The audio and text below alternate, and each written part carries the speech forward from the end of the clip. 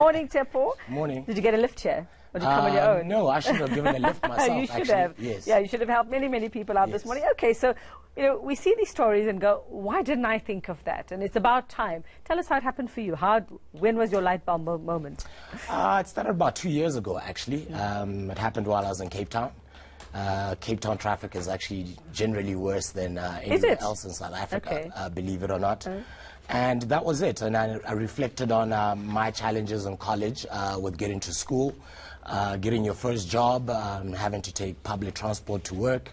And generally, you're waking up 3 hours earlier than a person with a car, you know. And then you have the challenge of earning your salary and choosing whether you move out of home or do you purchase a vehicle, you know. And if you do, it comes with insurance, it comes with petrol costs, maintenance. It's constant, So, and that's really the motivation of it. And if you think about it, you know, we grew up in townships, so, you know, our parents and ourselves had to take taxis in the morning to get to work, you know. So as they grow older, these things are not really ideal. And that was the real motivation behind it. So how does the Lifti app work? In essence, what happens is if I live in Soweto and I'm a car owner, and I've got neighbors, obviously, within a 5-kilometer radius, the app will curate. I'll post the ride Monday to Friday or on a specific date and my time, and specify if I have a return trip. I'll post that ride. Neighbors would also post as a passenger. You know, the app would curate them. I would match each other or see each other's profile. So it's like Tinder meets Uber. Exactly that. It's a sharing economy. We just basically curate between passengers and drivers. So this could vary. You could say it's a once-off. I'm offering a lift to somebody today. You could say, I'm doing this for the week, I'm doing it for the month, I'm doing it for the year, or whatever. So it basically accommodates our daily work commute and long distance travel. So you can do it as a once-off trip, whether maybe your car's in service this particular day, or you want to schedule it on a Monday to Friday basis. Are there costs involved? Do you have to pay that person? Yes, it is. The cost involved is the passenger. We work with bank cards on our platform, so just like an Uber would.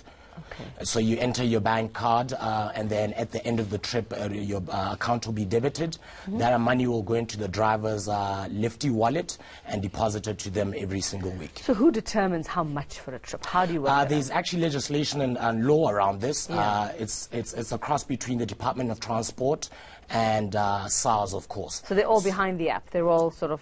Look, we got clarity behind the legalities of it, which is we are allowed to charge anything below R3.50 as stipulated by the AA and SARS, which is not a taxable income. But we charge our pricing range. It ranges from R2 per kilometer all the way down to 75 cents.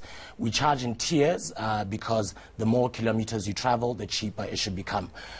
So we are in line with taxi fares or public transport fares in terms Uber, Taxify. We are way cheaper. We're about 80%, 75% cheaper. They're charging about R7.50 per kilometer. We start at R2 per kilometer, going all the way down to 75. And of course, you take into consideration when fuel price hikes, when we have those hikes and the prices go up, it will change. Of course, you know, we obviously don't want to change that too often because it often goes up then down, you know, a few months later.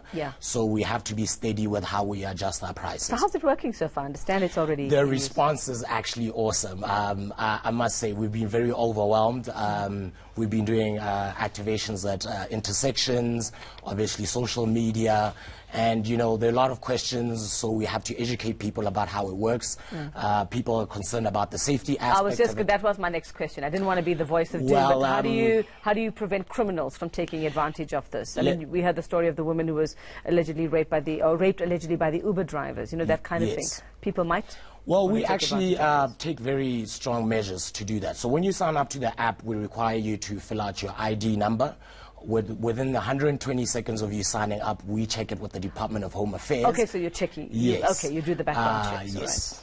Right. Okay, all right. So let's see how it goes. Thank you. Okay, then we just have to download the app. Download the app on Google Play Store or Apple. Or you can check out our website on www.lifti.com or .co.za. Or you can contact us at info@lifti.com if you wish to find out more.